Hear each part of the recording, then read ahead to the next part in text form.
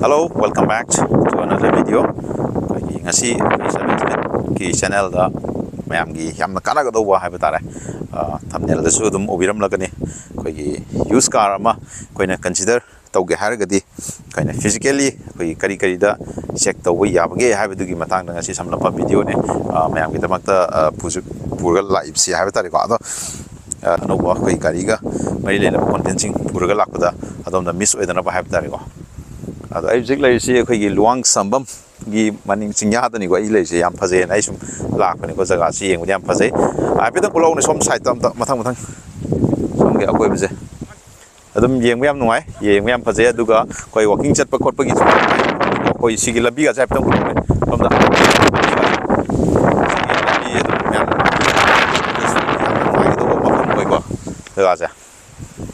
adum yam walking chat pa gi di yam no Hajar aba mafam amani nai hani ado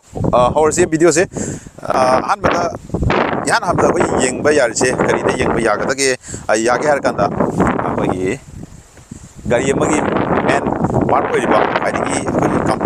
complicated oi ba se ga hai ta le ko ji kai no ha kan oi engine gi saga se da kari yeng ba yai abdi engine dan na ta ba koi gi mamang thang ba engine lei ba jaga sigi portion ji da ko kari yeng ba ya ge habdu ne ai no sim yam hai ka ado ai hapet ucharak ke ko sida leire ji khogi magi engine gi part haiba tare ko ada akoina yenga do busi kari no har kana khogi engine da maruina khoi engine da haiba tare engine da khoi leakage oibra oidabra haibigi keno se sima koina mun yeng bi tare aidi khogi magi joining engine gi magi kaya tare sigi khogi manungi kai no khogi keno singchida khogi thau gi leakage laibra khotpra haibigi keno sima koina techina yeng bi tare ko an bada aduga khogi sida khakta na tana khoi makha sida paktharaga dum yeng bu yai ko sida makha sida paktharaga khoi engine gi mai leakage kai da lai gan ko sumain taraga dum yeng bi ko number 1 khoi engine da sumaina ma yeng bada dakar oire aduga khoi gi engine sida khoi gi moi sida khoi gi mak loi tor lak ne ko sumaina engine gi mai keno sing nut ball sida khoi gi nut bana khoi gi laibagi sign je sida u de ko dum u ga ne ko khoi hang gi boy target sida da dum tak loi tak ni khang ga ne ko adu ma dum yeng bi ya ko sumaina habet ama yeng bi ya re khoi ahan da aduga mathangi ani subada habitare ko ani subada khoi yeng ga se kai no har kan da khoi gi sigi magi gari si accidental oibra oidabra habigi keno sima yeng bi rani ko ado si krai de khang ga de har kan da khoi sigi khoi gi sigi gari gi khoi mamangi support ne chai sigi magi mamangi is sai da yeng bi ya ko sai da magi company ni la ga di sumaina ke su di sumaina to sigi se sumaina dum sang chap manana sumaina lakne bo ba aduna na tabida keno to wo ga di khoi kusan ba adai keno to bo ye thok bagi ko nung thang na khoi keno to bagi have tare khara ma kai di dum khang ba ngam gani ko adu si ka na ta na have tare sida su khoi gi sigi part have tare ko sigi khoi gi magi sigi part singya sida sigi keno singje magi frame sigi mamangi ja sigi portion sida jo khoi gi welding gum to wa adagi resting ka bu khot ba jaga ko mafam je adum yeng badum khangmani ko aduma adum phajana check phajana to bi tare ani suwa point da sum jaga sigi sida phari ba sigi keno se adagi sigi portion ko sum sigi mai mamangi keno je tasena ha sigi akoi bi je si akoi bi je si phajana yeng bi tare ado kana gomba ko icham chamba ami amana gari se hek laiba lakku matam da sigi knowledge se laitaba dum yawe ko ado laiba su dum yawe ado ayamana masi laitaba ina khalle ado aduga koigi engine da su koigi koina su hena ka hena icham chamba miem na di si ka hena khangdabni na koigi yarim khai di koi mechanic kumba ma special koi mechanic koi gari lam da thodo hendona di knowledge lairaba mi ama puraga engine gi matang di yeng bana di hena kwai di best option do ni hani aduna sina khigi engine gi malai gre adu sigi magi accidental gi magi sigi frame je da sumaina khigi kaya tare nungdang na yai bagi khot bi sum thok bagi moi dum leiram gane bo adum adu khangbiro adu sigi mathak si sumaina tawuni hab sim di khangbira ꯈꯪꯕꯤꯕ ꯌꯥꯔꯦꯀꯣ ꯑꯗꯨꯒ ꯑꯍꯨꯝꯁꯨꯕ ꯄꯣꯏꯟꯠꯇ ꯒꯥꯔꯤꯒꯤ ꯑꯩꯈꯣꯏꯒꯤ ꯄꯦꯟꯇꯤꯡꯒꯤ ꯃꯥꯒꯤ ꯀꯩꯅꯣꯁꯦ ꯃꯥꯒꯤ ꯀꯂꯔꯁꯦ ꯑꯩꯈꯣꯏ ꯑꯗꯨꯝ ꯈꯤꯇꯪ ꯁ꯭ꯂꯥꯏꯠꯂꯤ ꯈꯔ ꯑꯗꯨꯝ ꯍꯦꯛ ꯅꯛꯅ ꯌꯦꯡꯕꯗꯤ ꯈꯪꯗꯕꯁꯨ ꯌꯥꯏꯀꯣ ꯑꯗꯩ ꯃꯥꯒꯤ ꯔꯤꯐ꯭ꯂꯦꯛꯁꯟꯁꯦ ꯈꯤꯇꯪ ꯂꯥꯞꯅ ꯇꯧꯔꯒ ꯌꯦꯡꯕꯤꯕ ꯀꯥꯟꯗꯗꯤ ꯃꯥꯁꯦ ꯐꯖꯅ ꯑꯗꯨꯝ ꯈꯪꯒꯅꯦꯕꯀꯣ ꯃꯥꯒꯤ ꯀꯩꯅꯣꯁꯦ ꯕꯣꯗꯤꯁꯦ ꯌꯥꯝ ꯊꯤꯅ ꯗꯦꯃꯦꯖ ꯑꯣꯏꯔꯨꯔꯦ ꯅꯠꯇ꯭ꯔꯒ ꯑꯣꯏꯗꯦ ꯍꯥꯏꯕꯒꯤ ꯀꯩꯅꯣꯗꯨꯝꯁꯨ ꯑꯩꯈꯣꯏꯗ ꯑꯗꯨꯒꯤ ꯑꯥꯏꯗꯤꯌꯥꯗꯨꯃ ꯂꯩꯕꯤꯒꯗꯕꯅꯤꯀꯣ ꯑꯗꯨꯒ ꯃꯥꯏꯅꯔ ꯁ꯭ꯀ꯭ꯔꯦꯆ ꯁꯨꯝꯕ ꯑꯩꯈꯣꯏꯒꯤ ꯒꯥꯔꯤꯒꯤ ꯁꯨꯝꯕ ꯁꯥꯏꯠ ꯑꯩꯈꯣꯏꯒꯤ ꯐꯦꯟꯗꯔꯒꯨꯝꯕꯗ ꯂꯩꯕ ꯃꯥꯏꯅꯔ ꯁ꯭ꯀ꯭ꯔꯦꯆꯁꯤꯡ ꯇꯧꯕꯁꯤꯗ ꯌꯥꯝ ꯀꯥ ꯍꯦꯟꯅ ꯀꯩꯅꯣ ꯇꯧꯗ꯭ꯔꯁꯨ ꯌꯥꯏ ꯍꯥꯏꯗꯤ ꯁꯨꯝꯕ ꯃꯥꯏꯅꯔ ꯁ꯭ꯀ꯭ꯔꯦꯆꯁꯤꯗꯤ ꯂꯣꯏ ꯃꯌꯥꯝ ꯑꯌꯥꯝꯕ ꯂꯣꯏ ꯂꯩꯅꯩꯀꯣ ꯑꯗꯨꯒ ꯍꯧꯖꯤꯛꯀꯤ ꯑꯩꯈꯣꯏꯒꯤ ꯋꯤꯟꯁꯤꯜꯗ ꯑꯃꯨꯛ ꯂꯥꯛꯑꯁꯤꯀꯣ ꯋꯤꯟꯁꯤꯜꯁꯦ ꯃꯌꯥꯝ ꯌꯦꯡꯕꯤꯒꯗꯧꯁꯦ ꯑꯩꯈꯣꯏꯒꯤ ꯁꯤꯗꯩꯗ ꯑꯩꯈꯣꯏꯒꯤ ꯃꯣꯏ ꯃꯥꯔꯀꯤꯡ ꯑꯃ ꯄꯤꯔꯦ ꯃꯣꯏ ꯅꯝꯕꯔ ꯑꯃꯈꯛ ꯃꯣꯏꯒꯤ ꯁꯤꯗꯩꯗ ꯃꯦꯅꯨꯐꯦꯛꯆꯔꯒꯤ ꯃꯇꯝ ꯑꯃ ꯍꯥꯏꯗꯤ ꯃꯣꯏ ꯁꯤꯗ ꯅꯝꯕꯔ ꯊꯥꯔ ꯂꯣꯏ ꯂꯩꯔꯦꯀꯣ ꯑꯗꯩ ꯁꯤ ꯗꯣꯠꯀ ꯂꯩꯁꯦ ꯃꯁꯤꯡ ꯆꯞ ꯆꯥꯅꯀꯣ ꯁꯤꯒꯤ ꯋꯤꯟꯁꯤꯜꯁꯤꯒ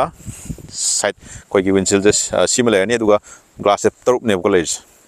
1 2 3 4 5 6 ꯃꯅꯤꯡꯒ ꯑꯗꯣ ꯁꯤ ꯂꯣꯏꯅꯃꯛ ꯁꯤꯒꯤ ꯊꯥꯔꯤꯕ ꯀꯩꯅꯣꯁꯦ ꯁꯤꯒ ꯆꯞ ꯃꯥꯟꯅꯅ ꯂꯣꯏꯅꯃꯛ ꯊꯥꯕ ꯑꯣꯏꯒꯗꯧꯕꯅꯦꯕꯀꯣ ꯃꯌꯥꯝ ꯁꯤꯃ ꯈꯪꯖꯤꯟꯕꯤꯔꯣ ꯑꯗꯣ ꯀꯩꯒꯨꯝꯕ ꯃꯗꯨꯒꯤꯗꯣ ꯍꯦꯛ ꯅꯝꯕꯔꯗꯣ ꯆꯞ ꯃꯥꯟꯅꯅ ꯊꯥꯔꯝꯗꯕ ꯊꯦꯡꯅꯔꯕ ꯑꯗꯣ ꯀꯩꯒꯨꯝꯕ ꯑꯃꯗꯒꯤ ꯅꯠꯇ꯭ꯔꯒ ꯑꯦꯛꯁꯤꯗꯦꯟꯇꯒꯤ ꯑꯣꯏꯕ ꯌꯥꯏ ꯑꯃꯗꯒꯤ ꯑꯣꯏꯕ ꯌꯥꯏ ꯃꯗꯨ ꯒ꯭ꯂꯥꯁꯇꯨꯃ ꯁꯤꯟꯈ꯭ꯔꯦ ꯍꯥꯏꯕꯗꯨꯃꯒꯤ ꯑꯥꯏꯗꯤꯌꯥꯗꯨꯃ ꯂꯩꯕꯤꯒꯗꯕꯅꯤꯀꯣ ꯑꯗꯨꯒ ꯑꯩꯈꯣꯏꯒꯤ ꯇꯥꯌꯔꯗꯁꯨ ꯒꯥꯔꯤꯒꯤ ꯃꯥꯒꯤ ꯂꯥꯏꯐ ꯃꯥꯒꯤ ꯀꯩꯅꯣꯁꯦ ꯀꯌꯥꯝ ꯀꯨꯏꯔꯦ ꯍꯥꯏꯕꯗꯨꯁꯨ ꯍꯥꯏꯐꯦꯠ ꯆꯥꯎꯔꯥꯛꯄ ꯑꯃ ꯑꯩꯈꯣꯏꯅ ꯈꯪꯕ ꯌꯥꯕꯒꯤ ꯀꯩꯅꯣꯗꯨꯃ ꯑꯗꯨꯝ ꯂꯩꯒꯅꯤꯀꯣ ꯑꯗꯣ ꯒꯥꯔꯤꯒꯤ ꯑꯩꯈꯣꯏ ꯆꯀꯥꯒꯤ ꯃꯥꯒꯤ ꯀꯩꯅꯣꯁꯦ ꯁꯤꯒꯤ ꯒꯨꯇꯤ ꯍꯥꯏꯕ ꯇꯥꯔꯦ ꯃꯥꯒꯤ ꯒ꯭ꯔꯤꯞꯁꯦ ꯃꯁꯤ ꯃꯦꯛꯁꯤꯃꯝ ꯑꯩꯈꯣꯏ ꯀꯝꯄꯅꯤ ꯐꯤꯇꯦꯠꯁꯤꯡꯁꯦ ꯑꯌꯥꯝꯕ ꯑꯩꯈꯣꯏꯒꯤ ꯑꯗꯨꯝ 50-60 ꯑꯦꯔꯥꯎꯟ ꯀꯤꯂꯣꯃꯤꯇꯔ 1050-60 ꯀꯤꯃꯨꯛꯀꯤ ꯆꯥꯡꯗ ꯑꯗꯨꯝ ꯃꯣꯏ ꯀꯝꯄꯅꯤꯒꯤ ꯀꯩꯅꯣꯁꯤꯡ ꯑꯌꯥꯝꯕ ꯑꯗꯨꯝ ꯆꯠꯄ ꯉꯝꯃꯦꯕꯀꯣ ꯑꯗꯣ ꯁꯤꯗꯒꯤ ꯍꯦꯜꯂꯒꯗꯤ ꯑꯗꯨꯝ ꯇꯥꯌꯔꯁꯤꯁꯨ ꯑꯗꯨꯝ ꯂꯣꯏꯅꯃꯛ ꯀꯝꯄꯅꯤ ꯑꯃꯠꯇꯒꯤ ꯑꯣꯏꯕ꯭ꯔꯥ ꯑꯗꯨꯒ ꯃꯣꯏꯒꯤ ꯕ꯭ꯔꯦꯟ ꯍꯥꯏꯇꯥꯔꯦꯀꯣ ꯃꯣꯏ ꯁꯤꯒꯤ ꯃꯦꯅꯨꯐꯦꯛꯆरिꯡꯒꯤ ꯀꯩꯀꯩ ꯂꯣꯏ ꯌꯥꯎꯕꯅꯦꯕꯀꯣ ꯅꯝꯕꯔ ꯑꯗꯨꯁꯨ ꯆꯞ ꯃꯥꯟꯅꯕ꯭ꯔꯥ ꯂꯣꯏ ꯌꯦꯡꯕꯤꯔꯣ ꯆꯀꯥ ꯃꯔꯤꯃꯛ ꯍꯥꯏꯕ ꯇꯥꯔꯦ ꯁꯤꯅꯦ ꯂꯣꯏ ꯃꯔꯤꯃꯛ ꯌꯦꯡꯕꯤꯔꯣ ꯑꯗꯨ ꯃꯥꯟꯅꯔꯒꯗꯤ ꯆꯞ ꯃꯥꯟꯅꯕ ꯑꯗꯨꯝ ꯉꯁꯥꯏ ꯀꯝꯄꯅꯤ ꯐꯤꯇꯦꯠꯀꯤ ꯑꯩꯈꯣꯏꯒꯤ ꯇꯥꯌꯔꯅꯤ ꯍꯥꯏꯕ ꯌꯥꯔꯦ ꯑꯗꯨꯒ ꯃꯊꯪꯗ ꯑꯩꯅ ꯃꯌꯥꯝꯗ ꯑꯃꯨꯛ ꯑꯩꯈꯣꯏ ꯀꯤꯂꯣꯃꯤꯇꯔꯒꯤ ꯃꯇꯥꯡꯁꯦ ꯑꯗꯨꯝꯇꯪꯒ ꯑꯩ ꯍꯥꯏꯐꯦꯠ ꯍꯥꯏꯖꯔꯛꯀꯦ ꯑꯩꯈꯣꯏ ꯒꯥꯔꯤꯗ ꯑꯩꯈꯣꯏ ꯀꯤꯂꯣꯃꯤꯇꯔꯗ ꯑꯩꯈꯣꯏꯒꯤ ꯁꯦꯝꯗꯣꯛꯇꯕ ꯃꯌꯥꯝ ꯂꯩꯗꯅꯀꯣ ꯑꯗꯨ ꯀꯃꯥꯏꯅ ꯑꯩꯈꯣꯏꯒꯤ ꯃꯣꯏ ꯁꯦꯝꯗꯦ ꯑꯗꯣ ꯈꯪꯒꯦ ꯍꯥꯏꯔꯒꯗꯤ ꯑꯩꯈꯣꯏ ꯃꯥꯒꯤ ꯁꯤꯗꯩꯁꯤꯗ ꯁꯤꯒꯤ ꯁ꯭ꯄꯤꯗꯣꯃꯤꯇꯔꯒꯤ ꯃꯥꯒꯤ ꯃꯣꯏ ꯀꯇꯥꯁꯦ ꯑꯩꯈꯣꯏꯅ ꯔꯦꯞ ꯇꯧꯕ ꯀꯥꯟꯗ ꯑꯩꯈꯣꯏ ꯑꯣꯟ ꯇꯧꯕ ꯀꯥꯟꯗ ꯃꯥꯒꯤ ꯁꯨꯃꯥꯏꯅ ꯑꯩꯁꯤ ꯒꯥꯔꯤꯁꯦ ꯀꯇꯥꯁꯦ ꯑꯣꯟ ꯇꯧꯒꯦꯕꯀꯣ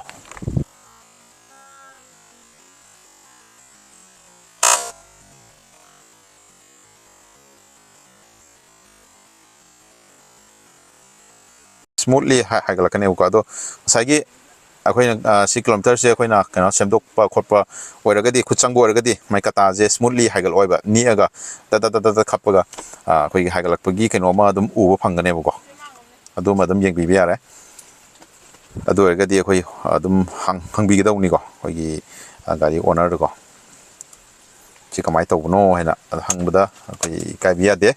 ꯏꯁꯥꯒꯤ ꯄꯩꯁꯥꯅ ꯏꯁꯥꯒꯤ ꯒꯥꯔꯤ ꯂꯩꯒꯗꯧꯕꯅꯤꯅ ꯑꯗꯨꯃ ꯍꯪꯕꯤꯕ ꯌꯥꯝꯅ ꯃꯔꯨ ꯑꯣꯏꯀꯣ ꯑꯗꯨꯒ ꯃꯊꯪꯗ ꯑꯩꯈꯣꯏꯒꯤ ꯌꯦꯡꯒꯗꯧꯕꯁꯦ ꯃꯔꯨꯑꯣꯏꯅ ꯑꯩꯈꯣꯏꯒꯤ ꯁꯤꯒꯤ ꯄꯦꯗꯜꯁꯦ ꯑꯩꯈꯣꯏ ꯒ꯭ꯔꯤꯞꯁꯦ ꯁꯤꯒꯤ ꯑꯩꯈꯣꯏ ꯇꯨꯝꯕꯒꯤ ꯆꯥꯡꯁꯦ ꯁꯤꯗ ꯌꯦꯡꯉꯒꯁꯨ ꯑꯗꯨꯝ ꯈꯪꯉꯦꯕꯀꯣ ꯁꯤꯗꯩꯗ ꯌꯥꯝ ꯁꯥꯊꯤꯅ ꯇꯨꯝꯃꯛꯑꯒꯗꯤ ꯃꯗꯨ ꯑꯗꯨꯝ ꯀꯤꯂꯣꯃꯤꯇꯔꯁꯦ ꯌꯥꯝꯅ ꯑꯣꯜꯃꯣꯁ ꯌꯥꯝ ꯑꯩꯈꯣই 1 ꯂꯥꯈ ꯃꯌꯥ ꯌꯧꯁꯜꯂꯛꯄ ꯑꯗꯨꯝ 70-80 ꯐꯥꯎ ꯑꯗꯨꯝ ꯌꯧꯔꯛꯄ ꯌꯥꯕꯒꯤ ꯆꯥꯟꯁ ꯑꯃ ꯂꯩꯔꯦ ꯑꯗ ꯌꯦꯡꯉꯒꯁꯨ ꯃꯥꯒꯤ ꯑꯗꯨꯝ ꯈꯪꯒꯅꯤꯀꯣ ꯒꯥꯔꯤꯁꯤ ꯀꯌꯥꯝ ꯊꯧꯔꯤ ꯈꯣꯠꯂꯤ ꯍꯥꯏꯕꯁꯦ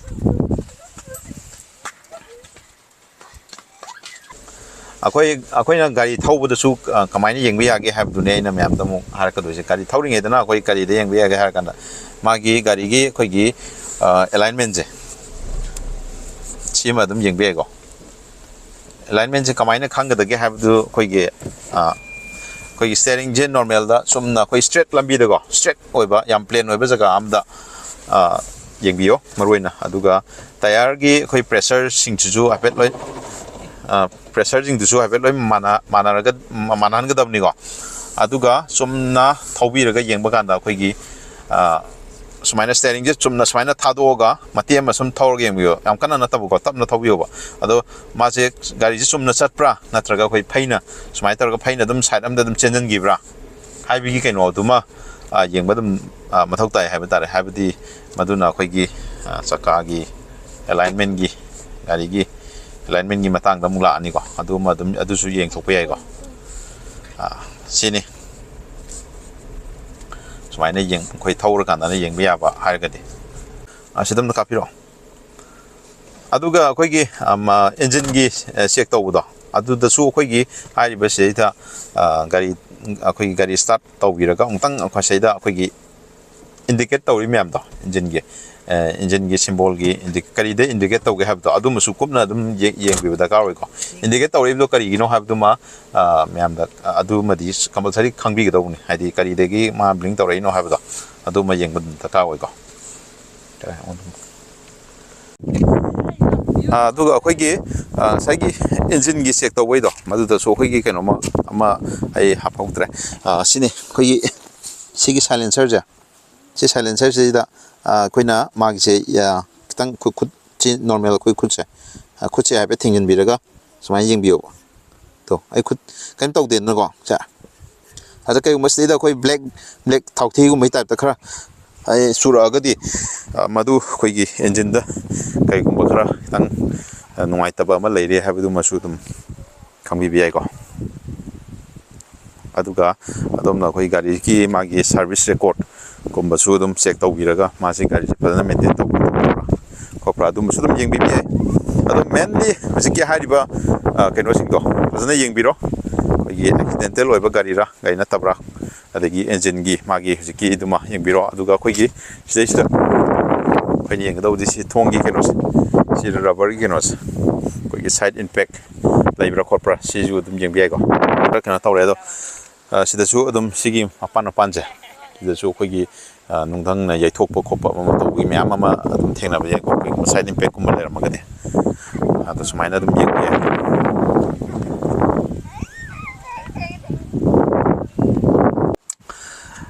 khoi na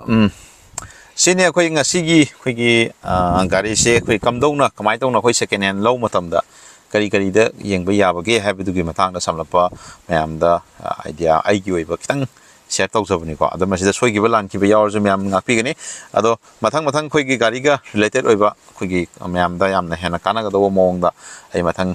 amuk pur ga lak sege so ngasi gi di side sum losin jarage do yam soi dana channel asi subscribe toksan biramo khoi gi aduga bell icon su press taw bio khoi gi maram de mathang upload tor ko da dum da notification lak na bai damakta ado ngasi gi soi sum losel ge gari thom dam da seat belt soi dana phabiu aduga gari masa thorgana helmet soi dana opio